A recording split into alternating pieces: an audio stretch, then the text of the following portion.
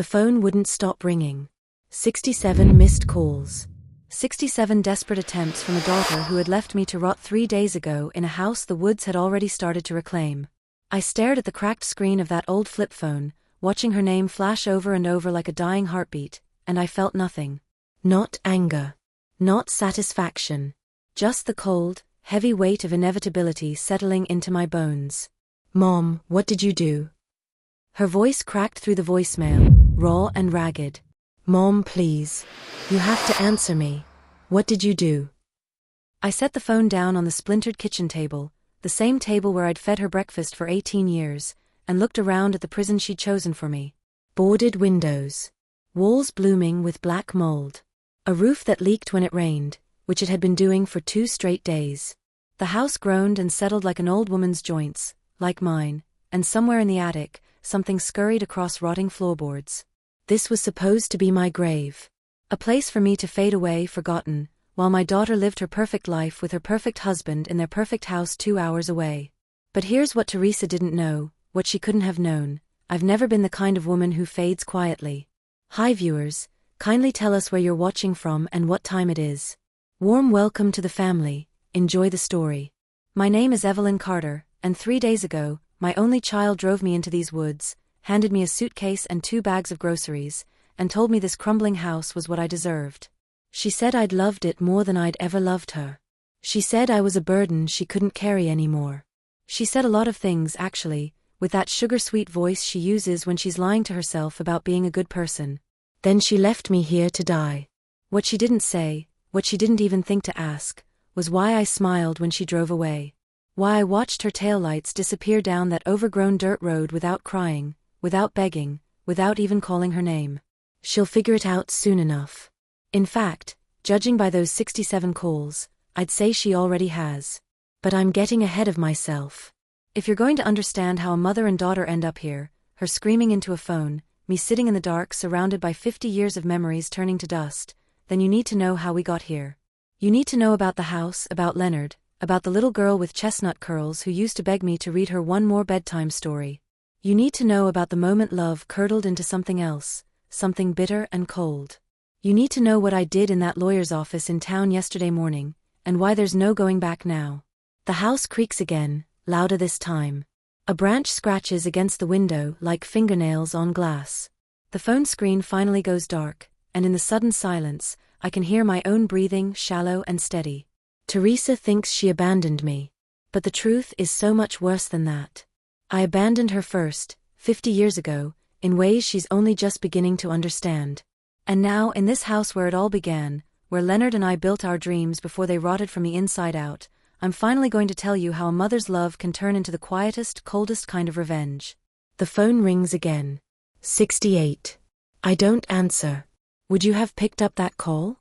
Would you have given your child the answers they were begging for, or would you have let them drown in the silence they created? Drop your answer in the comments below, because this story is only just beginning, and trust me, it gets so much darker from here.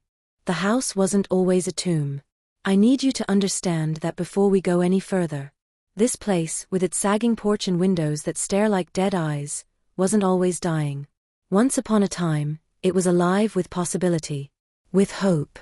With the kind of dreams young people have when they think love can survive anything. I was 24 when Leonard brought me here. Fresh from our courthouse wedding, his army duffel bag still smelling like Vietnamese mud and gunpowder, my wedding dress a simple white thing I'd sewn myself. We had $300 between us and a mortgage we had no business taking on. It's perfect, Evie, he'd said, standing on that porch that didn't sag yet, his hand warm in mine. We'll make it perfect. And God help me, we tried. I painted every room myself while Leonard fixed the plumbing. Yellow for the kitchen because it reminded me of sunshine. Blue for the bedroom because Leonard said it calmed his nightmares. And pale pink for the nursery, even though I wasn't pregnant yet, because I wanted to believe in a future where this house would hear a baby's cry. 8 months later, Teresa was born. 7 pounds, 2 ounces of screaming, red-faced fury with a head full of dark hair. The nurse placed her in my arms, and I looked down at this tiny creature who'd torn her way into the world, and I made a promise. I promised I would give her everything I never had. That promise is what destroyed us both. Teresa's first word was more. Not mama. Not Dada. More. She pointed at her bottle with chubby fingers and demanded more milk. She pointed at the Christmas tree and wanted more presents. She grew up in this house, in these rooms I'd painted with such hope, and every year she wanted more. And I gave it to her. Every single time. When she was 7, she wanted a bicycle. We couldn't afford it, but I took extra shifts at the diner in town, came home smelling like grease and burnt coffee, and put that red Schwinn under the tree. She rode it twice before leaving it to rust in the yard. When she was 12, she needed designer jeans because Sarah Mackenzie had them and Teresa couldn't possibly be seen in anything less. Leonard and I fought about it, our first real fight in years. He said we were spoiling her. I said we were giving her opportunities. I won that fight. I always won when it came to Teresa. When she was 16, she wanted a car. A car. Leonard had been dead for 3 years by then, and I was cleaning houses 6 days a week just to keep the lights on in this place, but I co-signed a loan I knew I couldn't afford because my baby needed a car to get to her part-time job at the mall. She quit that job 2 weeks later. Said it was beneath her. The phone buzzes in my pocket. 71 calls now. I pull it out and see a text message, all caps, and please this isn't funny, call me back right now. I almost laugh. Funny. She thinks this is funny. There was nothing funny about the night she told me she was marrying Edward Voss. Nothing funny about the way she sat at this very table in this very kitchen, and announced it like she was doing me a favor by inviting me to the wedding. He's successful, Mom. He's going places. He's not like Dad. That's what she said. He's not like Dad. Like Leonard was some kind of failure because he came back from war broken, because he worked construction until his back gave out, because he loved us more than he loved money. Edward Voss was a real estate developer with capped teeth and a handshake that felt like grabbing a dead fish. He looked at this house the first time Teresa brought him here, and I saw it in his eyes, the calculation, the contempt. He was already figuring out what it was worth, how much he could flip it for. He looked at me the same way. Your mother seems very attached to the past, he said to Teresa later that night. I heard them through the bedroom wall. It's not healthy. You need to think about your future, not hers. She married him 6 months later in a wedding that cost $40,000. I wasn't allowed to invite anyone from my side of the family because Edward said it needed to be elegant. I wore a dress I bought at Goodwill and smiled for photos while strangers air-kissed my cheeks and nobody asked my name. That was 5 years ago. For 5 years, I watched my daughter transform into someone I didn't recognize. She stopped visiting unless she needed something. Stopped calling unless she was complaining about her life, her marriage, her lack of time. She talked about the house like it was a disease I'd caught. You need to move on, Mom. Dad's been dead for over a decade. This place is falling apart. It's embarrassing. Embarrassing. That's what I'd become to her. An embarrassment. A weight around her neck. The rain has stopped, and in the sudden quiet, I can hear water dripping somewhere in the walls. The mold smell is stronger tonight, thick and earthy like a grave. I wrap Leonard's old hunting jacket tighter around my shoulders and walk to what used to be Teresa's bedroom. The pink paint has faded to the color of old bruises. There's still a stain on the carpet where she spilled nail polish and screamed at me for being mad about it. Still a crack in the window from the time she slammed it shut during one of her teenage rages. I stood in this room the morning of her wedding and cried. Not happy tears. Fearful ones. Because I knew I was losing her to something darker than distance. I just didn't know how completely I'd already lost her until 3 days ago. The phone rings again.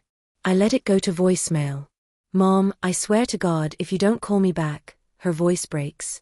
The lawyer said you signed papers. He said Mom, you can't do this. You can't. Oh, but I can, sweetheart. And here's the thing nobody tells you about being a mother. There comes a moment when you realize your child doesn't love you anymore. They need you. They use you. They might even feel obligated to you. But love? Real love? That died somewhere between the entitled demands and the casual cruelty, and you didn't even notice it was gone until you were standing in the woods, watching their taillights disappear. Have you ever given everything to someone who gave you nothing back? Have you ever watched someone you loved become someone you don't even like? Tell me in the comments, because I need to know I'm not alone in this. Because what comes next is going to sound cold, and I need you to understand why. Leonard died on a Tuesday. It wasn't dramatic. No car crash, no heart attack in the middle of the grocery store, nothing that would make people gasp and cover their mouths. He just went to sleep one night and didn't wake up. The doctors said it was an aneurysm, quick, painless, gone before he even knew what was happening. I found him in the morning, still warm, his hand resting on my pillow like he'd reached for me one last time. Teresa was 14. She cried at the funeral, clutching my hand and burying her face in my shoulder, while people said comforting things that meant nothing. For a week, maybe 2, she was my little girl again. Soft. Vulnerable. Present. Then she went back to school, back to her friends, back to wanting things we couldn't afford, and the grief just evaporated. Like it had never been there at all. I couldn't afford that luxury. I grieved for years. I'm still grieving, if I'm honest. Because Leonard wasn't just my husband, he was the only person who ever really saw me. The only person who knew how hard I worked to keep this family together, to keep this house standing, to keep Teresa from feeling the poverty that clawed at our door every single month. But here's what I didn't know, what Leonard never told me while he was alive: he'd been preparing for this. 3 days after the funeral, his lawyer, a man named Robert Finch who'd been Leonard's friend since grade school, called me into his office. I remember wearing my black dress, the same one I'd worn to the service, because I didn't own anything else appropriate for a meeting with a lawyer. Robert sat me down, poured me terrible coffee from a pot that had been burning for hours, and slid a folder across the desk. Leonard wanted you to have this, he said. But he was very specific about the timing. You were supposed to receive it after Teresa turned 18, but given the circumstances, I think you should know now. Inside that folder was a letter in Leonard's handwriting, shaky from the medication he'd been taking for his back pain, but unmistakably his. Evie. If you're reading this, I'm gone. I'm sorry. I tried to stick around, but bodies don't always cooperate with what the heart wants. I need you to listen to me carefully. I know you. I know you've been giving Teresa everything, probably more than everything, and I know you're doing it out of love. But love isn't always enough, and sometimes giving people everything teaches them to value nothing. I've been setting money aside. Not much, but I've been investing what I could: stocks, a little piece of land up north that I won through a poker game and never told you about because I didn't want you to think I was gambling. I've been smart about it, Evie. Smarter than I was about most things. It's all in your name. Every penny. The land, the investments, everything. By the time you read this, if the market holds, it should be worth enough to take care of you for the rest of your life. But here's the important part: don't tell Teresa. Not yet. Wait until she's old enough to understand that money isn't love, that security isn't handed to you, that value has to be earned. If you tell her too soon, she'll expect it. She'll plan around it. She'll see you as a bank instead of a mother. Wait, Evie. Please. Trust me on this. I love you. Take care of our girl, but take care of yourself too. Leonard. I read that letter 17 times in Robert's office. Then I folded it carefully, put it back in the folder, and went home to make Teresa dinner. I never told her. Not when she graduated high school. Not when she went to college on loans I co-signed. Not when she got engaged to Edward. Not when she started treating me like an obligation instead of a person. I kept Leonard's secret for 20 years. The investments grew. The land up north turned out to be sitting on top of an aquifer that a water company wanted to access. They paid me a lease fee that doubled my net worth in a single afternoon. Robert managed everything quietly, and every quarter, I'd meet with him and look at numbers that didn't feel real. I was worth just over $1.3 million. And I lived in a rotting house, worked cleaning other people's bathrooms, and let my daughter believe I was broke. Why? You're probably asking yourself that right now. Why would a mother lie about having money when her daughter was struggling with student loans and wedding costs? The answer is simple: I was waiting for her to prove Leonard wrong. I was waiting for her to show me that she loved me for something other than what I could give her. I was waiting for her to visit without needing money. To call without wanting something. To look at me like I was a person instead of a problem. I waited 20 years. She never did. The phone lights up again. Another text: Mom, please, I'm begging you, Edward doesn't know what you did, but when he finds out he's going to lose his mind, please just tell me this is a mistake. I stare at that message for a long moment. Edward doesn't know. That's rich. Edward was probably the one who convinced her to dump me here in the first place. Edward with his spreadsheets and his investment portfolios and his casual suggestions that Teresa's mother was dead weight dragging down their financial future. I wonder how he's going to react when he finds out I wasn't the dead weight after all. Outside, the sun is setting through the trees, painting everything the color of old blood. The house settles and groans, and somewhere in the distance, I hear an owl calling. It sounds lonely. It sounds like me. Tomorrow, I'll tell you about the day Teresa drove me here. About the exact words she used, the exact expression on her face. About the moment I realized my only child had become a stranger wearing my daughter's face. But tonight, I sit in this dying house with Leonard's letter in my pocket and a phone full of desperate messages I'm not going to answer, and I feel something I haven't felt in years. I feel free. Do you think I'm wrong for keeping Leonard's money a secret? Do you think a parent owes their children complete honesty, even when that honesty might destroy them? Drop your thoughts below, because we're about to reach the moment everything broke beyond repair. December 15th. 3 days ago. The day my daughter looked me in the eye and told me I deserved to be abandoned. I woke up that morning to frost on the windows and Teresa's voice on my phone. Mom, I'm coming to pick you up. We need to talk. Be ready by 9. Her tone was clipped. Businesslike. The way she talks to contractors or people at the DMV. No warmth.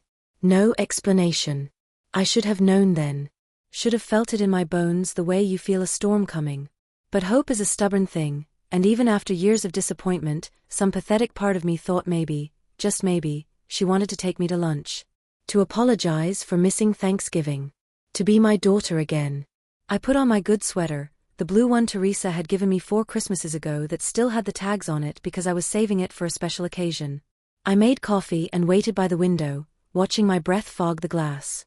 She pulled up at 9:07 in her silver Mercedes, the one Edward bought her for their 3rd anniversary. She didn't get out. Just honked once and waited. I grabbed my purse and locked the door, still locking it, even though there's nothing left in this house worth stealing except memories, and climbed into the passenger seat. Morning, sweetheart, I said, trying to sound cheerful. Where are we going?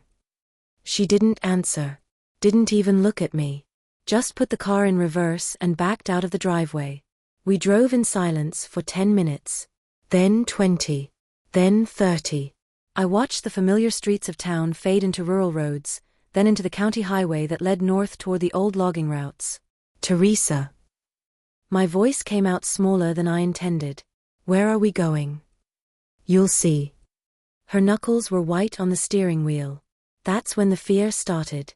Real fear, the kind that makes your stomach turn to ice water. Because I knew these roads. I'd driven them 1,000 times with Leonard, back when the Carter house was still habitable, back when we'd spend weekends there trying to fix it up as a vacation spot. No, I whispered. Teresa, no. Yes. She said it flatly, like she was confirming a doctor's appointment. The trees closed in around us. The road turned to gravel, then dirt. Branches scraped the sides of her pristine Mercedes, and she didn't even flinch. We passed the old Miller property, abandoned since the 80s. Past the rusted mailbox that used to mark the turnoff to the hiking trail. And then there it was. The house. It looked worse than I remembered. So much worse. The porch had collapsed on one side. The roof bowed in the middle like a broken spine. Vines had grown up over the front door, nature trying to reclaim what humans had abandoned. Teresa stopped the car but left it running. Get out, she said. What? Get out of the car, Mom. I stared at her profile. At this woman who had my DNA but felt like a complete stranger. Teresa, what is this? What are you doing? She finally turned to look at me, and the expression on her face was something I'd never seen before. Not anger. Not even disgust. Just nothing. Like I was a problem she'd finally found the solution to. Edward and I have been talking, she said. Her voice was calm.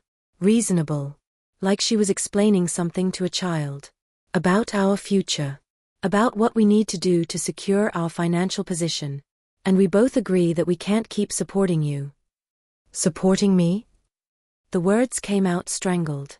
I've never asked you for. The house, she interrupted. Your house. The one in town. It's worth something. Not a lot, but something. Enough to matter. And you're sitting in it, barely maintaining it, letting it fall apart around you just like Dad did with this place. She gestured at the Carter house with obvious contempt. Edward ran the numbers. If we sell your house now, we can pay off his business loan and invest the rest. But we can't do that with you living there. And you refuse to move out. You refuse to be reasonable. So you're, what? Dropping me off in the woods. My voice was rising, edging toward hysteria. Teresa, there's no water here. No heat. No. There's supplies in the trunk. She popped it open with a button on her dashboard. Enough food for a week, maybe 2 if you're careful. There's blankets. A lantern. A phone that still works on the old landline if you need to call someone. Call who? I was shouting now. You're my someone. You're my daughter. I can't do this anymore, Mom. Her voice finally cracked, just a little. I can't keep being responsible for you. You chose this house over everything, over Dad, over me. You always loved it more than you loved us. So fine. Have it. Stay here. This is what you always wanted, isn't it? The lie was so enormous, so completely backwards, that I couldn't even respond. I sat there with my mouth open, tears streaming down my face, while my daughter, my baby girl who I'd given everything to, stared straight ahead at the crumbling house. Your choice, she said quietly. You can get out and stay here, or I can drive you to a state facility. Adult Protective Services. They have beds available, Edward checked. You'd share a room with 3 other women, no privacy, no independence. But you'd be warm. It wasn't a choice. It was an ultimatum designed to make me complicit in my own abandonment. I got out of the car. Teresa got out too, moving quickly, efficiently. She pulled my suitcase from the trunk. I hadn't even realized she'd packed for me, along with 2 paper bags of groceries and a rolled-up sleeping bag. She carried them up to the porch, stepping carefully over the collapsed section, and set them by the door. The keys are in your purse, she said. I had copies made last year. Of course she did. She'd been planning this. Maybe not for long, but long enough to make copies of my house keys without me knowing. Long enough to pack my things without asking what I wanted to bring. Long enough to scout this location and decide it was where her mother belonged. She walked back to her car, and I found my voice. Teresa, please. Don't do this. I'm your mother. She paused with her hand on the door handle.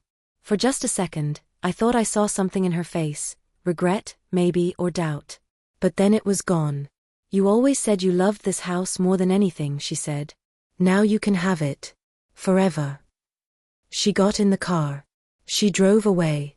And I stood there in the December cold, watching her taillights disappear through the trees, and I felt something inside me break so completely that I knew it would never heal. But here's what she didn't know. I wasn't broken.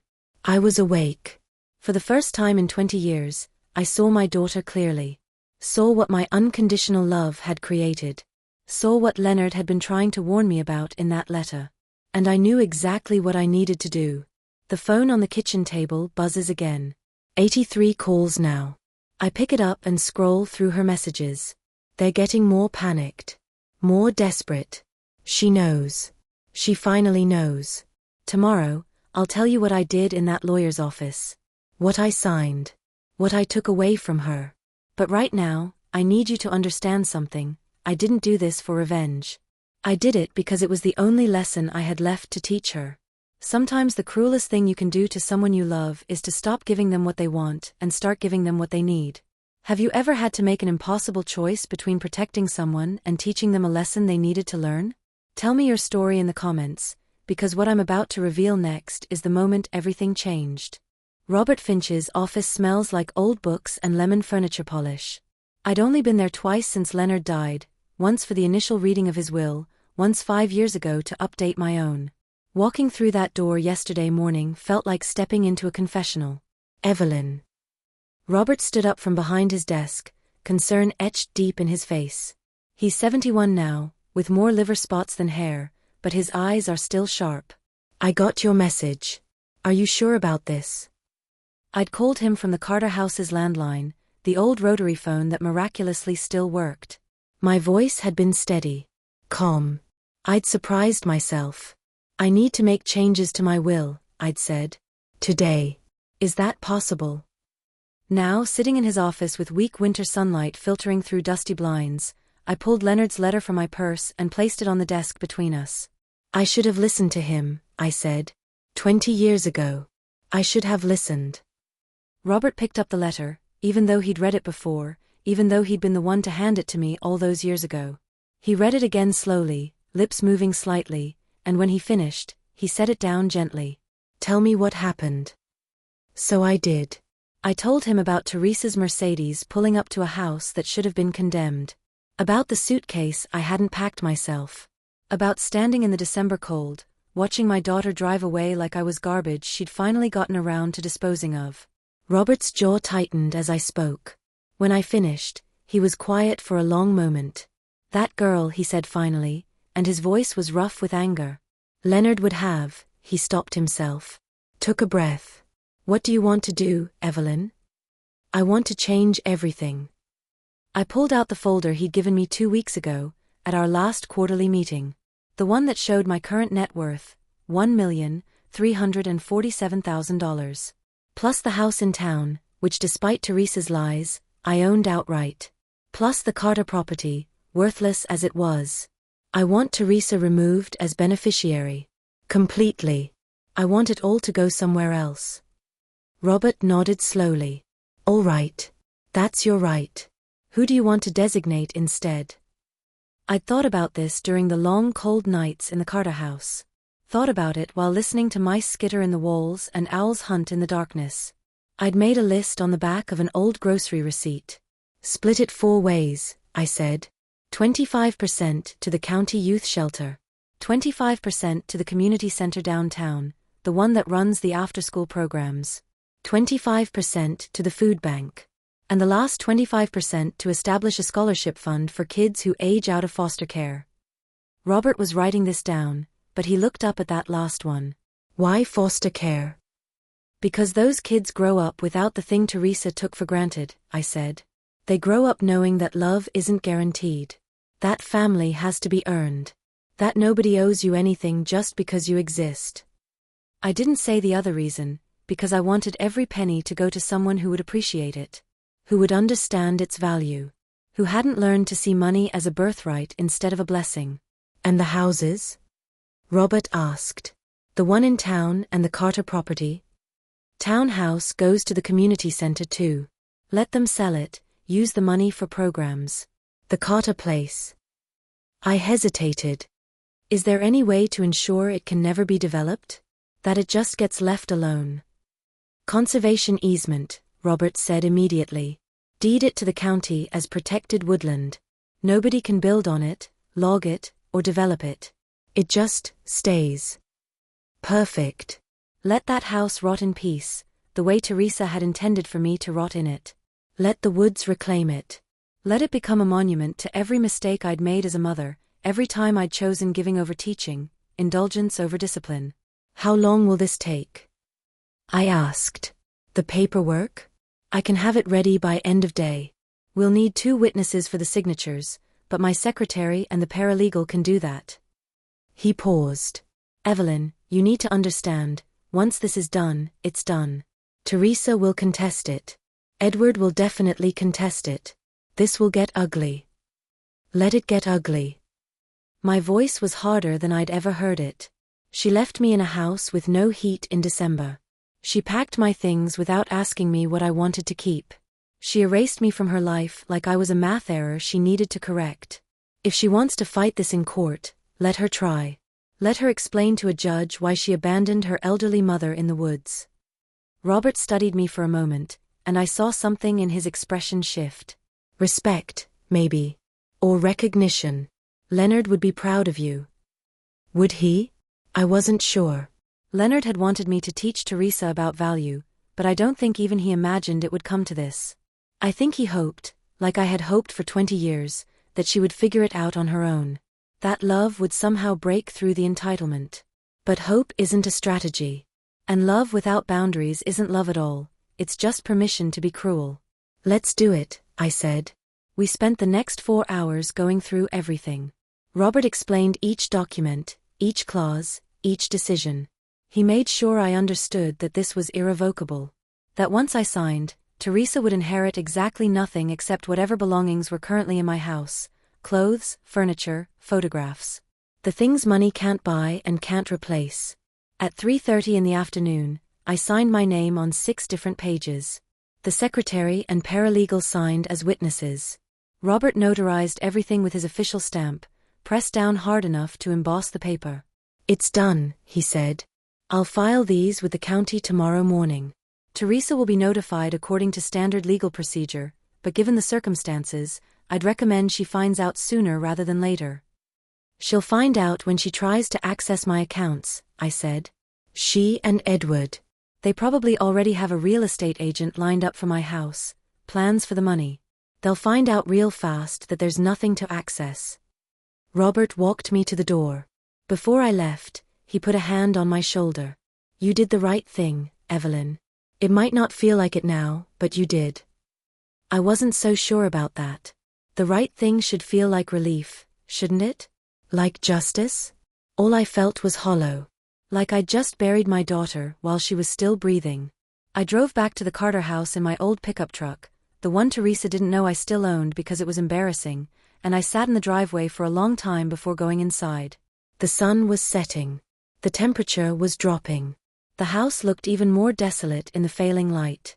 My phone was on the kitchen table where I'd left it, and when I picked it up, there were already 32 missed calls. All from Teresa. All within the last 2 hours. She knew. Somehow, she already knew. I listened to the first voicemail. "Mom, I just got a call from some lawyer's office about paperwork being filed. What's going on? Call me back." The fifth one, "Mom, this isn't funny. Whatever you think you're doing, stop. Call me right now." The 15th, "I swear to God, if you've done what I think you've done, Mom, this is serious. Edward is furious. You need to fix this." The 32nd, "What did you do? What did you do?" Her voice was raw by then. Desperate. The kind of desperate I'd been when she left me here. The kind of desperate that comes from realizing you've lost something you thought you'd already won. I set the phone down and looked around at this crumbling house. At the life Teresa thought I deserved. At the grave she'd dug for me. And I smiled. Because for the first time in decades, I wasn't the one drowning. I wasn't the one begging. I wasn't the one losing. The phone rang again. I watched her name light up the screen. Watched it ring. And ring. And ring. Then I turned it off. What would you have done in my position? Would you have answered those calls, or would you have let your child feel the full weight of what they'd done? Drop your answer below, because we're about to reach the moment where everything comes crashing down, and trust me, you haven't seen anything yet. The banging on the door started at dawn. I'd been awake for hours, watching the darkness fade through the gaps in the boarded windows, listening to the house breathe its slow, dying breaths. When the pounding came, violent, frantic, the kind that rattles hinges, I knew it was her before she even screamed my name. "Mom. Open this door. I know you're in there." I sat very still in Leonard's old recliner, the one I dragged from the bedroom because it was the only piece of furniture that didn't have springs poking through. The banging came again, harder this time. "Mother." She never called me mother. Always Mom, or Ma when she was really young, or Evelyn when she wanted to hurt me. Mother was what you called someone when you were trying to sound formal, trying to create distance. Or when you were absolutely furious. I heard Edward's voice next, muffled through the door but unmistakably his. "Evelyn, be reasonable. We just want to talk. This is a misunderstanding that we can clear up if you'll just."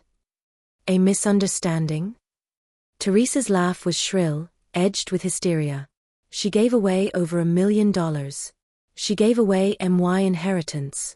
That's not a misunderstanding, that's, her voice broke. That's theft. I almost laughed at that. Theft. Like the money had ever been hers to begin with. Like I'd stolen something that belonged to her instead of simply declining to give her something she'd never earned. The banging stopped. I heard them arguing outside, their voices rising and falling like storm wind. Then footsteps crunching around the side of the house. They were looking for another way in. Let them look. The windows were boarded. The back door was swollen shut from water damage and hadn't opened in years. This house was a fortress of neglect, and I was safe inside its crumbling walls. We can break in. That was Edward, shouting now. This is our property. Teresa has ownership rights through family inheritance law. That's not how it works, and you know it. Teresa snapped back. It's still in her name, which means we're trespassing, which means if she calls the cops. She's not going to call the cops. Edward's voice was closer now, right under the window where I sat. She's trying to make a point. She's punishing you for putting her here. It's manipulation, pure and simple. Manipulation. The word echoed in my head. This man who'd convinced my daughter to abandon me in the woods was calling me manipulative. This man who'd calculated my net worth down to the penny before he'd even married into the family was accusing me of playing games. I stood up slowly, my knees protesting, and walked to the front door. Put my hand on the wood. I could feel them on the other side, their presence, their desperation, their rage. Mom. Teresa's voice was softer now, almost pleading. Mom, please. I know you're angry. I know what I did was. I know I hurt you. But this is too much. You're destroying my future. Edward's business is drowning. We need that money. We need. You need, I said quietly through the door, and the sudden sound of my voice made her gasp. That's all you know how to say, isn't it? I need. I want. Give me. Silence. Then, Mom, that's not fair. Fair. My laugh was bitter. You left me here to die, Teresa. You packed my suitcase without asking what I wanted to keep. You drove me into the woods like I was trash you were dumping at the landfill. And now you're standing on this porch talking to me about fair. I wasn't trying to. She was crying now, I could hear it. I thought you'd call someone. I thought you'd go to the shelter. I gave you options. You gave me degradation or death. Those weren't options, sweetheart. That was cruelty dressed up as practicality. Edward's voice cut in, sharp and businesslike. Evelyn, let's be adults about this. What do you want? Name your price. We can set up a trust, arrange for your care, find you a nice facility with actual amenities. But you need to undo what you did at that lawyer's office. You need to. I don't need to do anything, I said. Not anymore. For the first time in my life, I'm free of what other people need from me. The truth of that statement settled over me like a blanket. I'd spent my entire life being needed. Leonard needed me to understand his nightmares, to forgive his distance, to hold our family together when the war followed him home. Teresa needed me to provide, to give, to sacrifice everything so she could have everything. But nobody had ever asked what I needed, what I wanted, who I was underneath all that giving. Mom, please. Teresa was sobbing fully now. I'm sorry. I'm so sorry. I made a mistake. I let Edward convince me that I wasn't thinking clearly. I was stressed about money and the business and I snapped. But I love you. You're my mother. You can't do this to me. There it was. The thing I'd been waiting to hear. The apology that came only after the money disappeared. The love that materialized only when there were consequences. Do you love me? I asked quietly. Or do you love what I could have given you? That's not, of course I love you. When's my birthday, Teresa? Silence. What's my favorite color? What was my mother's name? What did I want to be before I met your father? What's the one song that makes me cry every time I hear it? More silence. You don't know, I said. Because you've never asked. Because I've never been a person to you, I've just been a resource. A bank. A means to an end. That's not true. But her voice wavered. My birthday is April 23rd. My favorite color is sage green. My mother's name was Catherine Rose Murphy, and she died when I was 8 years old. I wanted to be a teacher. And the song is Danny Boy, because my father used to sing it when he was drunk, which was most nights after my mother died. I heard her breath catch. You never asked, I continued. Not once in 35 years did you ask me about my life before you. Because I didn't exist before you, did I? I was just Mom. Just the woman who gave you things and asked for nothing in return. I didn't know you wanted. I wanted a daughter who saw me as a human being. My voice cracked. I wanted a child who called me just to talk, not just when she needed something. I wanted someone who remembered my birthday without Facebook reminding her. I wanted love that didn't come with conditions and price tags. The porch was silent except for Teresa's ragged breathing and the sound of wind through the trees. "The money's gone," I said finally. "It's going to help kids who aged out of foster care get an education. It's going to feed families who don't know where their next meal is coming from. It's going to give children a safe place to go after school while their parents work 3 jobs to keep the lights on. Every single dollar is going to someone who actually needs it, not someone who just wants it." "You vindictive old," Edward started, but Teresa cut him off. "Stop. Just stop." Her voice was hollow. "She's right. She's right about all of it." I heard Edward sputter, heard him try to argue, but Teresa wasn't listening to him anymore. I could hear her footsteps on the porch, moving away from the door, and then the sound of a car door opening. "Where are you going?" Edward demanded. "Home. This is done. We're done here." "We are not done. That's over $1 million. That was never ours." Teresa's voice rose. "It was never ours, Edward. It was hers. She earned it, she saved it, she invested it, and she gets to do whatever she wants with it. And you know what? If my mother had that much money this whole time and still chose to live the way she lived, still chose to work cleaning houses and eating TV dinners, maybe there was a reason. Maybe she was waiting to see if I'd love her without it." "That's insane." "No, what's insane is that we dumped her in the woods. What's insane is that I actually let you convince me that my mother was the problem." "Get in the car, Edward. We're leaving." I heard them arguing, heard car doors slam, heard an engine start. And then slowly, the sound of tires on gravel fading into the distance. They were gone.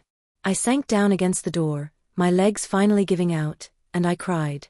Not sad tears. Not angry tears. Something else. Something that felt like grief and relief mixed together, like the moment after a fever breaks when you're exhausted but finally starting to heal. My daughter had heard me. Maybe not in the way I'd hoped. Maybe not with the understanding I'd wanted. But for the first time in decades, she'd actually listened. The question was, would it change anything? Or had we broken something between us that could never be repaired? Have you ever had a moment where you realized you'd been invisible to someone you loved? Where you understood that they'd never really seen you as a complete person? Share your story in the comments, because what happens next will determine whether this family can ever be whole again. 3 weeks passed before I heard from Teresa again. 3 weeks of silence broken only by the sounds of the dying house and my own thoughts. Robert called twice to check on me, offering to help me find a better place to stay. I told him I was fine, which was a lie, but also somehow true. The Carter house was trying to kill me slowly. The cold crept in through cracks I couldn't find. The roof leaked in new places every time it rained. I'd found a family of raccoons living in the attic, and they were not pleased about sharing their space. But I was alive. And I was free. And that counted for something. I'd taken to walking the property every morning, watching the sun filter through the bare branches, listening to the creek that ran along the eastern boundary. This land that Teresa thought was worthless, this place she dumped me like garbage, was actually beautiful in its decay. The woods were reclaiming it the way they should have decades ago. When the letter came, I almost didn't open it. It was hand-delivered, left in a waterproof envelope tied to the porch railing. No return address. Just my name in Teresa's handwriting, the same looping script she'd learned in 3rd grade when Mrs. Henderson made everyone practice cursive for hours. I carried it inside, made myself a cup of instant coffee on the camping stove Robert had brought me, and sat down in Leonard's recliner. Outside, snow was starting to fall, the first real snow of the season. Mom, I don't know if you'll read this. I don't know if you'll burn it the second you see my handwriting. But I need to try. Edward and I are getting divorced. I stopped reading, stared at that sentence for a full minute. Then kept going. It's not because of the money, before you think that. It's because of what happened that day on the porch. Because when I heard myself defending us, defending what we did to you, I realized I didn't recognize my own voice anymore. I didn't recognize the person I'd become. Edward said terrible things about you after we left. He said you were senile, manipulative, playing games. He said we should contest the will, have you declared mentally incompetent, take you to court. And I sat there listening to him, and I kept thinking, when did I marry someone who talks about my mother like she's an obstacle to remove instead of a person to love? I moved out 3 days later. I'm staying with Karen, remember her? My college roommate? She has a spare bedroom and a lot of wine and an endless capacity to listen to me cry. I've been thinking a lot about what you said. About how I never asked you questions. About how I never saw you as a person, just as mom. And you were right. I was so right. I don't remember you ever talking about your childhood. I don't know what you wanted to be before you became a mother. I don't know your favorite anything except that you always ordered the same thing at restaurants because it was the cheapest item on the menu. I thought that was just who you were, frugal, practical, simple. I never stopped to wonder if maybe you were sacrificing so I could have more. And the worst part? I didn't just not notice. I resented you for it. I was embarrassed by your clothes, your car, your house. I wanted you to be different, to be better, to be someone I didn't have to make excuses for. I am so ashamed. I've been seeing a therapist. She asked me to write down every memory I have of you giving me something. It took 6 pages. Then she asked me to write down every memory I have of me giving you something. I got 3 sentences. 3 sentences in 35 years. I don't know how to fix this. I don't know if I can fix this. But I need you to know that I'm trying. I'm trying to understand the woman you are instead of just seeing you as the mother I wanted you to be. I also need you to know something else. I called the youth shelter. The one you're donating to. I talked to the director, a woman named Patricia who cried when I told her about your gift. She said it's going to change lives. She said kids who thought college was impossible are going to get a chance now. And I realized, that's what you wanted, wasn't it? For the money to go to kids who would appreciate it. Who would see it as a miracle instead of an inheritance. Who would understand its value. I never understood its value. I never understood yours. I'm not asking for forgiveness. I don't deserve it. I'm not asking you to change what you did with the will. That's your choice, and it was the right one. I'm just asking if maybe someday, when you're ready, we could talk. Really talk. Not about money or houses or the past. Just talk. You could tell me about Grandma Catherine. About what you wanted to be. About Danny Boy and why it makes you cry. I want to know my mother. The real one. Not the version I invented in my head. I love you. I should have said that more. I should have shown you instead of just saying it when I needed something. I love you. Teresa. P.S. I know you're still at the Carter house. Robert told me, he's worried about you. I'm worried about you too. I'm not going to show up unannounced. I'm not going to force anything. But if you want, I have a key to Karen's apartment. It's warm. It's safe.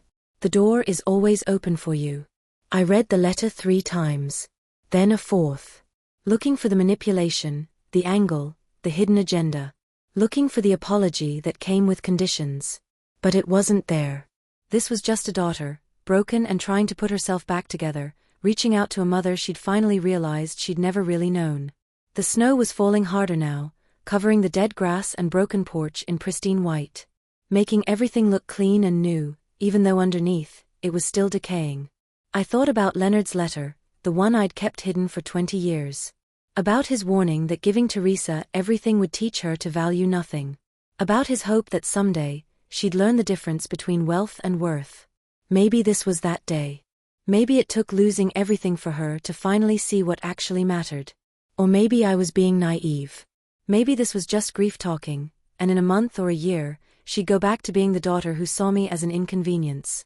I folded the letter carefully and tucked it into my pocket, next to Leonard's. 2 letters. 2 crossroads. 2 chances to choose between holding a grudge and holding out hope. The phone, which I'd turned back on a week ago because even I had to admit dying alone in the woods was stupid, sat on the table. Teresa's number was still in my contacts. Still just 1 button away. I picked it up. Stared at her name. And then I did something I hadn't done in 3 weeks. I called my daughter. She answered on the first ring. Mom. Tell me about Karen, I said. Is she still the one who used to make those terrible brownies in college?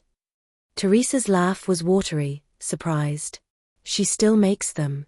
They're still terrible. She puts mint in them now, which somehow makes them worse. That sounds awful. It really is. We were quiet for a moment. I could hear her breathing, could picture her wherever she was, sitting on some borrowed couch, phone pressed to her ear, hardly daring to believe I'd actually called. April 23rd, she said finally. Your birthday. I set an alarm this time. 3 of them, actually.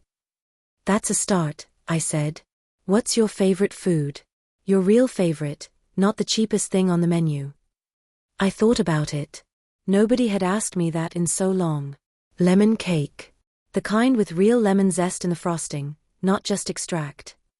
Lemon cake, she repeated, like she was memorizing it. What else? And there, in a crumbling house in the woods, while snow fell softly outside and the daughter I thought I'd lost forever listened on the other end of the line, I started to tell her. Can a relationship recover from betrayal? Can love survive when it's been tested beyond breaking? Tell me what you think in the comments, because we're not done yet, there's still one more twist to this story. Spring came slowly to the Cotter house. I watched it through the gaps in the boarded windows, the snow melting into mud, the creek swelling with runoff, the first green shoots pushing through dead leaves. The house groaned and settled, and I groaned and settled right along with it. Teresa called every Sunday. Sometimes we talked for 5 minutes. Sometimes for an hour. She told me about the divorce proceedings. Edward was fighting her on everything, trying to claim her potential inheritance as a marital asset even though it didn't exist anymore. She told me about therapy, about the things she was learning about herself that made her uncomfortable. And I told her stories. About my mother Catherine, who died of pneumonia in a charity hospital while my father was too drunk to visit. About wanting to be a teacher because Mrs. Robertson in 4th grade was the only person who ever told me I was smart. About meeting Leonard at a bus stop on a rainy Tuesday, both of us soaked and laughing about nothing. About loving her so much when she was born that it physically hurt, like my heart was too big for my chest. Did I ruin you? She asked one Sunday in March, her voice small. Did loving me ruin your life? No, I said honestly. But it did teach me that love without boundaries isn't love at all. It's just permission for someone to consume you. She was quiet for a long time. I consumed you, didn't I? Yes. But I let you. And that's on both of us. The divorce was finalized in April, 2 days after my 75th birthday. Teresa called me at 6 in the morning, and I could hear it in her voice, relief mixed with grief. It's done, she said. I signed the papers yesterday. Edward gets the house, the business, all of it. I get my car and my personal belongings and a fresh start. How do you feel? Terrified, she admitted. I'm 35 years old, Mom. I haven't worked in 4 years. I don't have a degree. I don't have money. I'm starting from nothing. Not nothing, I said. You have Karen's couch. You have Sunday phone calls with your mother. You have a chance to figure out who Teresa is when she's not trying to be someone else's idea of successful. She laughed, but it was shaky. That's not much. It's more than you think. In May, she asked if she could visit. I won't come if you don't want me to, she said quickly. I know the house is yours, your space. I know I gave up the right to just show up when I did what I did. But I'd like to see you. If that's okay. I looked around at the Carter house. It was somehow worse than it had been in December, and also better.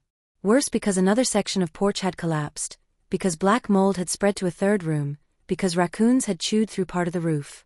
Better because I'd stopped fighting it. Stopped trying to make it something it wasn't. Come Saturday, I said. Bring lunch. The camping stove works, but it's not great. She showed up at noon in a car I didn't recognize, old practical, the kind you buy from Craigslist for $1,500. She'd cut her hair short. Lost weight. She looked younger somehow, or maybe just more real. She stood on the section of porch that hadn't collapsed yet, holding a paper bag from the deli, and we stared at each other. Hi, she said. Hi yourself. She looked at the house, really looked at it, and I saw something crumble in her expression. Mom, you can't stay here. This place it's dangerous. You're going to get hurt. Probably, I agreed. But it's mine. And I'm not leaving until I'm ready. We ate sandwiches on the porch steps, the ones that didn't sag too badly, and she told me about job hunting, about how humbling it was to interview for receptionist positions when you used to introduce yourself as the wife of a successful businessman. About how freeing it was to stop pretending. "I got a job at the community center," she said. "The one you donated to. Patricia hired me as an admin assistant. It doesn't pay much, but it's something. And I get to see where the money's going. The programs, the kids. Mom, you should see their faces when they find out they got the scholarship. They cry. These tough teenagers who've survived foster care and homelessness and abuse, they just break down and cry." "That's what it's for," I said quietly. "I know." She turned to look at me. "I know that now. I know a lot of things now that I should have known before." We sat in silence, watching the wind move through the trees. Somewhere in the woods, a bird called. The creek rushed past, swollen with spring rain. "I found something," Teresa said finally. She pulled a folded piece of paper from her pocket. "In Edward's office, when I was packing up my stuff. He'd printed it out months ago, before he even suggested putting you here." She handed it to me. It was a real estate assessment for my house in town, dated last October. Someone had written notes in the margins. Comparable sales suggest $280,000. After repairs, could flip for $350,000. Property owner is elderly, living alone, likely amenable to pressure sale. Property owner is elderly. Likely amenable to pressure. "He planned it," Teresa whispered. "All of it. He'd been planning to get you out of the house for months. He probably suggested the Carter place specifically because he knew how bad it was. He wanted you gone, Mom. And God help me, I helped him do it." I stared at those cold, calculated notes. At the evidence that my abandonment had been premeditated. That Edward had looked at me and seen not a person but a problem with a dollar value attached. And Teresa had loved him, trusted him, chosen him over me. "I'm so sorry," she said, and she was crying now. "I'm so sorry. I should have protected you. I should have been the one standing between you and him, not the other way around. You raised me better than this. You taught me better than this. And I forgot it all because I was so desperate to be someone important." I folded the paper carefully and handed it back to her. "You were someone important. You were my daughter. That should have been enough. It should have been." She wiped her eyes. "It should have been everything." The sun was starting to set, painting the trees gold and orange. In a few weeks, it would be summer, my first full season in the Carter house. Then fall. Then winter again. The cycle continuing, with or without me. "I talked to Robert," I said. "About the will." Teresa's head snapped up. "Mom, no, I told you I don't want you to change it. I don't deserve." "I'm not changing it," I interrupted. "But I did add something. A codicil. If anything happens to me, there's a trust. It's not big, $50,000. It's designated for Teresa Carter, to be used for education or job training only. Not for living expenses. Not for cars or houses or anything else. Just education." She stared at me. "Why would you do that?" "Because you're starting over. Because you're trying. Because $50,000 for education might help you become the person you're trying to be. And because," I paused, "because you're still my daughter. Even after everything. You're still mine." Teresa put her head in her hands and sobbed. Not the pretty crying of movies, but the ugly, gut-wrenching crying of someone who's been holding it together for too long. I put my arm around her shoulders, and she leaned into me the way she used to when she was small and the world was scary. We sat like that until the sun went down, until the mosquitoes came out, until the cold started to creep in.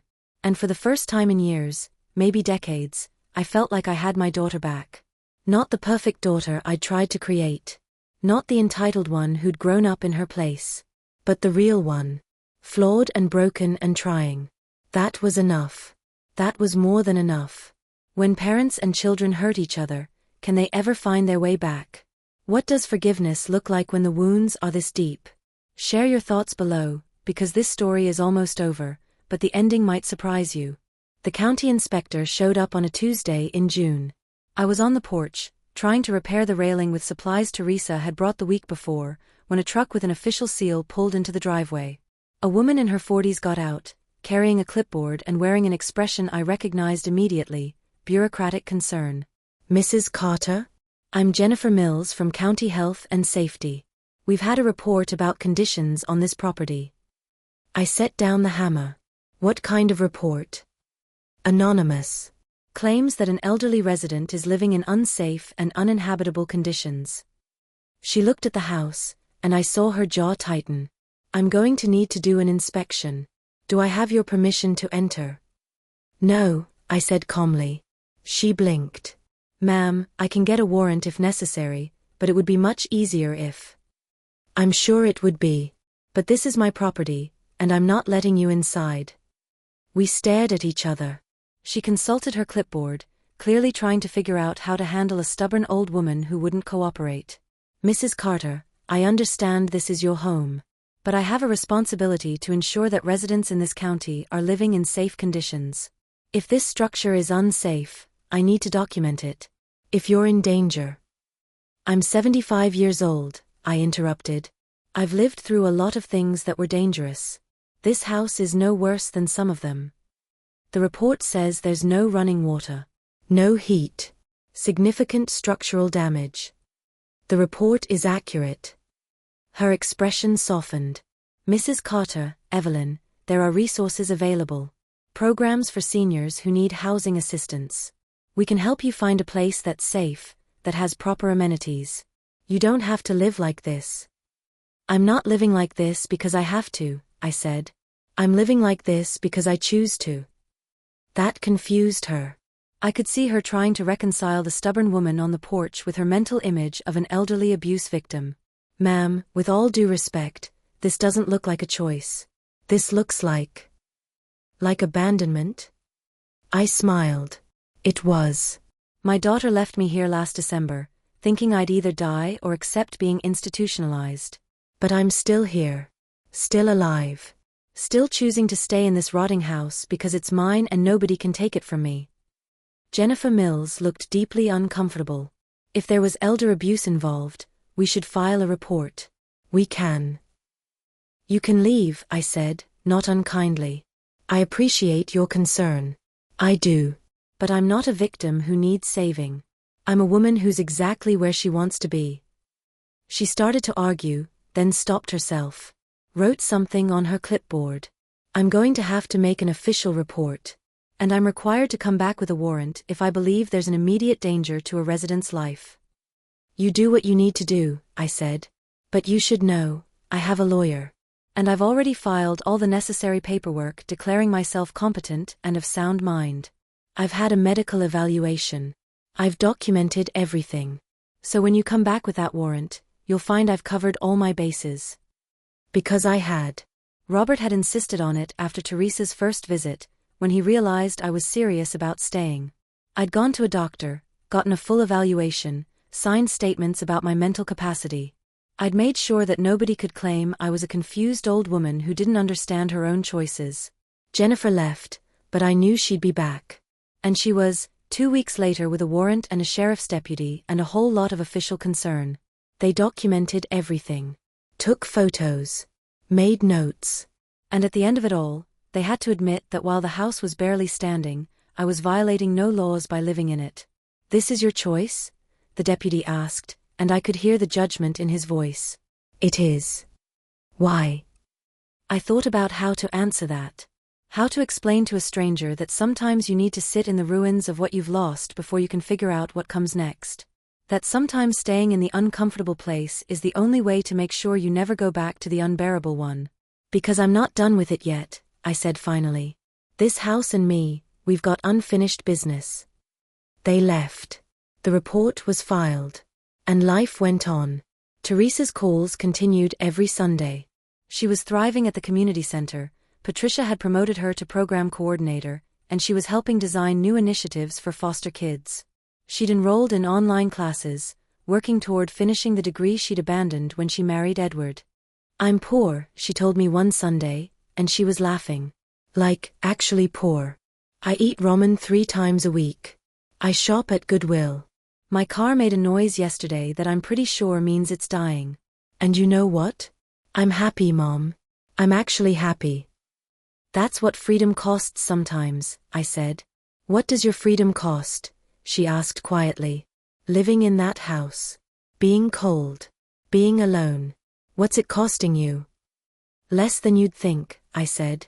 And more than I expected. In August, Robert called with news. The county had approved the conservation easement on the Carter property. The house and land would be protected from development forever. When I died, or when the house finally collapsed, the woods would reclaim it all. No condos. No strip malls. Just trees and time. You did it, Robert said. This place stays wild. Good, I said. And I meant it. But September brought something else. Something I didn't expect. I woke up one morning and couldn't catch my breath. My chest felt tight, compressed, like someone had wrapped bands around my ribs. I tried to stand, and the room tilted sideways. I made it to the phone. Called Teresa. Mom. Her voice was bright. It's only Thursday, we don't talk until, Mom? Are you okay? I think, I couldn't get enough air to finish the sentence. I'm coming. Don't move. Call 911. I'm coming right now. The ambulance arrived first. 2 paramedics who had to carry me out because I couldn't walk.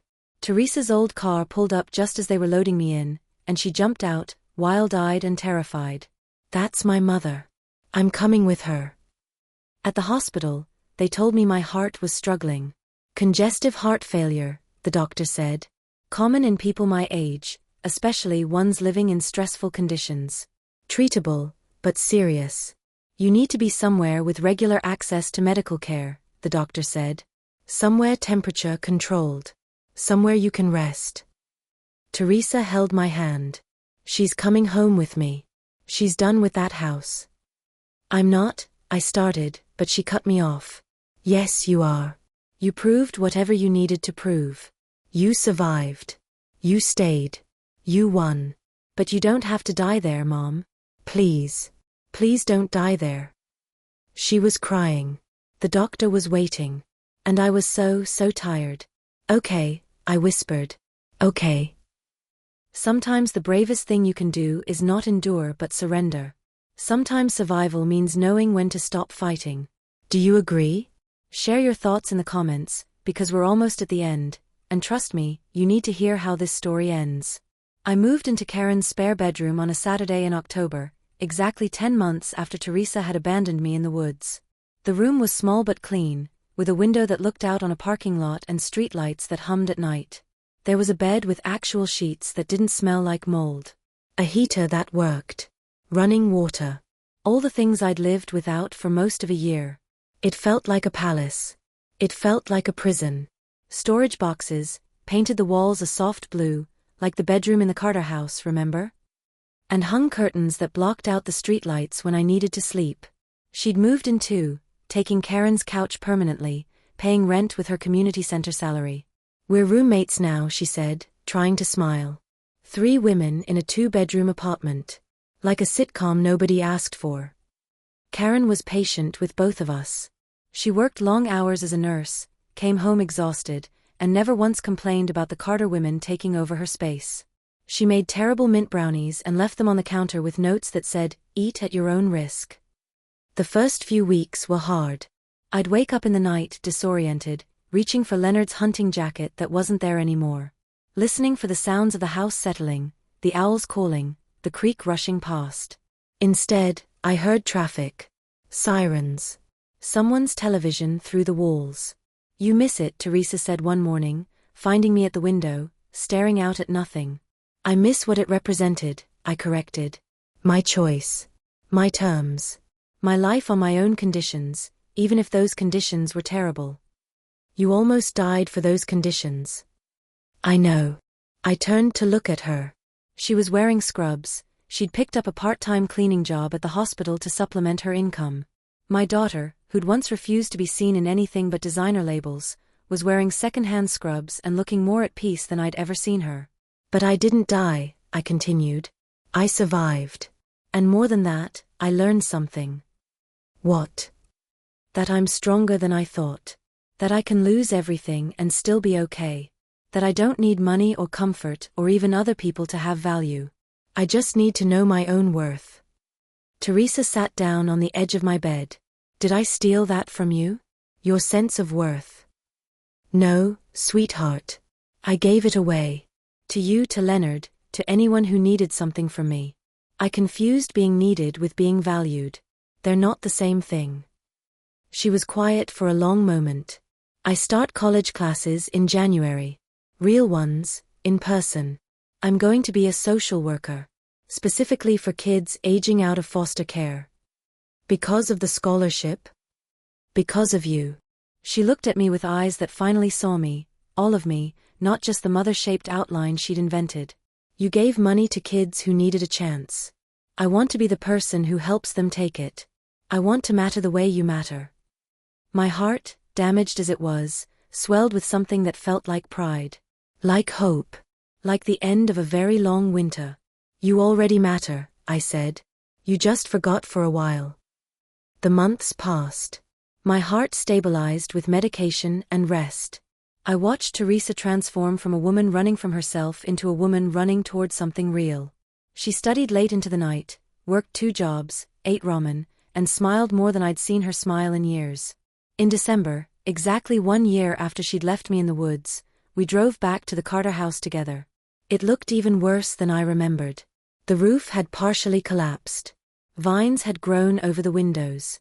The porch had given up entirely. Nature was winning, the way it always does if you give it enough time. It's almost gone, Teresa whispered. That's what it wanted, I said. To return to the earth. To stop pretending to be something it wasn't. We stood there in the December cold, mother and daughter, looking at the grave of our old lives. At the place where everything had broken and somehow, impossibly, begun to heal. I'm sorry, Teresa said. Not for the first time, but differently this time. Like she finally understood the full weight of what she was apologizing for. I'm sorry I left you here. I'm sorry I thought you deserved it. I'm sorry I was so blind to who you actually were. I'm sorry too, I said. I'm sorry I gave you everything except boundaries. I'm sorry I taught you that love meant sacrifice instead of balance. I'm sorry I waited until it was almost too late to show you the truth. What truth? That the most loving thing a mother can do is teach her child that the world doesn't owe them anything. That value has to be earned. That money can't buy character, and comfort can't replace growth. Teresa reached for my hand. Her fingers were cold, but her grip was strong. Did it work? She asked quietly. Did I learn? I looked at my daughter, at the woman she'd become in the ruins of the woman she'd been. At the way she'd chosen hard work over easy money, growth over comfort, purpose over pretense. You're learning, I said. That's enough. We stood there until the sun started to set, watching the Carter house settle deeper into its own decay. When we finally turned to leave, I didn't look back. That part of my life was over. The house would collapse eventually, and the woods would swallow it, and someday, nobody would even remember it had been there. But I would remember. I would remember the winter I spent in those ruins. The cold nights and hungry days. The phone calls I didn't answer and the money I gave away. The moment I chose myself over someone else's expectations. I would remember becoming Evelyn Carter again, not just mom. Not just the woman who gave and gave until there was nothing left. But a person with favorites and feelings and a whole life that existed independent of what anyone needed from me. 2 years later, I stood in the crowd at Teresa's college graduation. She walked across that stage in her cap and gown, 37 years old and glowing with accomplishment, and when they called her name, Teresa Catherine Carter, Bachelor of Social Work, I cried. Not sad tears. Not bitter tears. The kind of tears that come when you watch someone you love become someone you respect. She found me afterward in the crowd, pushed through the other graduates and their families, and threw her arms around me. I did it, she whispered. Mom, I actually did it. I never doubted you, I said. Yes, you did. She pulled back to look at me, and she was smiling through tears. You doubted me so much that you gave away $1 million to prove a point. It wasn't about doubt, I said. It was about faith. Faith that losing everything would teach you what having everything never could. She hugged me again, tighter this time. It worked. I don't know if I ever told you that clearly enough. It worked, Mom. Thank you for loving me enough to let me fall. That night, after the graduation parties and celebrations, after Karen's terrible congratulations brownies and champagne in plastic cups, Teresa sat down next to me on her second-hand couch in the apartment we all shared. I have something to tell you, she said. My heart, still fragile, stuttered with worry. What is it? Patricia is retiring. She's been running the community center for 20 years, and she's done. She wants to travel, spend time with her grandkids, actually rest. Teresa took a breath. She offered me the director position. Teresa, that's wonderful. It means real money. Not a lot, but more than I make now. Enough to get my own place. Enough to. She stopped. I want you to come with me. Not as my burden. Not as someone I'm taking care of out of obligation. As my mom. As my roommate. As someone I actually want to live with because I like who you are. I looked at this woman who'd once left me to die and now wanted to build a life with me. Who'd learned the hard way that family isn't about blood or obligation but about choice. About showing up even when it's hard. About loving someone for who they are, not what they can give you. I'd like that, I said. We found a small house on the edge of town that summer. Nothing fancy, 2 bedrooms, 1 bathroom, a kitchen with appliances that worked most of the time. But it had a porch that didn't sag and windows that opened and a yard where I planted tomatoes that actually grew. Teresa framed 2 things for the wall in the living room, Leonard's letter to me and her letter to me. Side by side. A reminder of where we'd been and how far we'd come. Every April 23rd, she brings me lemon cake, the kind with real lemon zest in the frosting. Every Sunday, we have dinner together, just the 2 of us. And sometimes, when the evening light is just right, she asks me questions. About my mother Catherine. About wanting to be a teacher. About meeting Leonard at that bus stop. About Danny Boy and why it makes me cry. And I tell her everything she never asked before. All the stories of Evelyn Murphy before she became Evelyn Carter. All the dreams I buried to become a mother. All the pieces of myself I'd forgotten existed. I'm 77 now. My heart is still weak. The doctors say I should take it easy, avoid stress, rest more. But I walk every morning.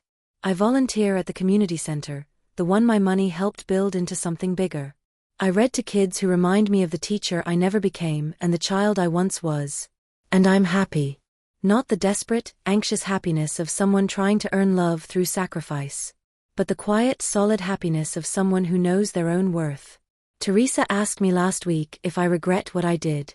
If I wish I'd handled things differently.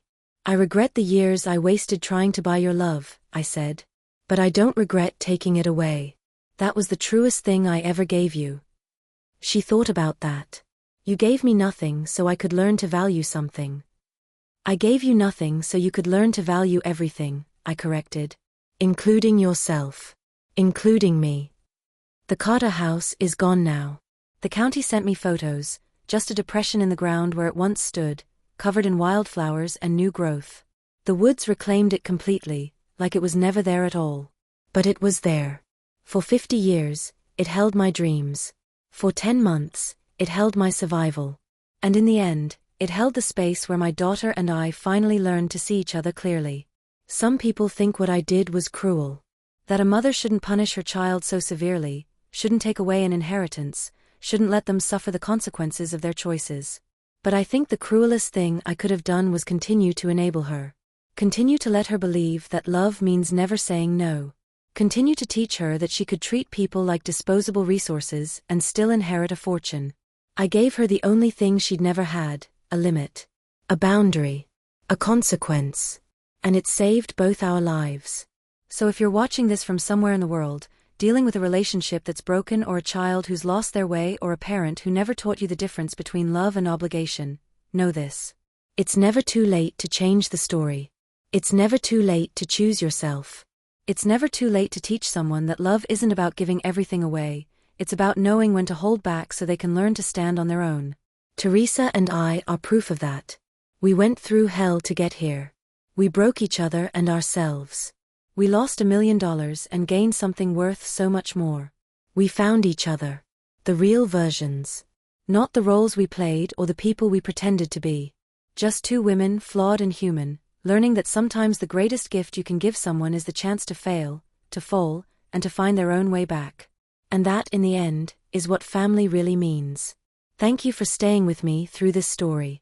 Thank you for listening to an old woman's tale about betrayal and boundaries and the strange, painful path to forgiveness. If it resonated with you, if it made you think about your own relationships, your own family, your own worth, please share your thoughts in the comments below. Your story might be exactly what someone else needs to hear. And if you want to hear more stories like this, stories about real people facing impossible choices and finding their way through, subscribe to this channel and turn on notifications. Because everyone's got a story. Everyone's got a moment when they had to choose between comfort and growth, between being loved and being respected. This was mine. What's yours? Until next time, remember, you are worth more than what you can give to others. You are worth more than your usefulness. You are worth more than anyone else's expectations. You are worth everything, just as you are. And sometimes, the most loving thing you can do is remind someone else of that truth, even if it costs you everything to do it.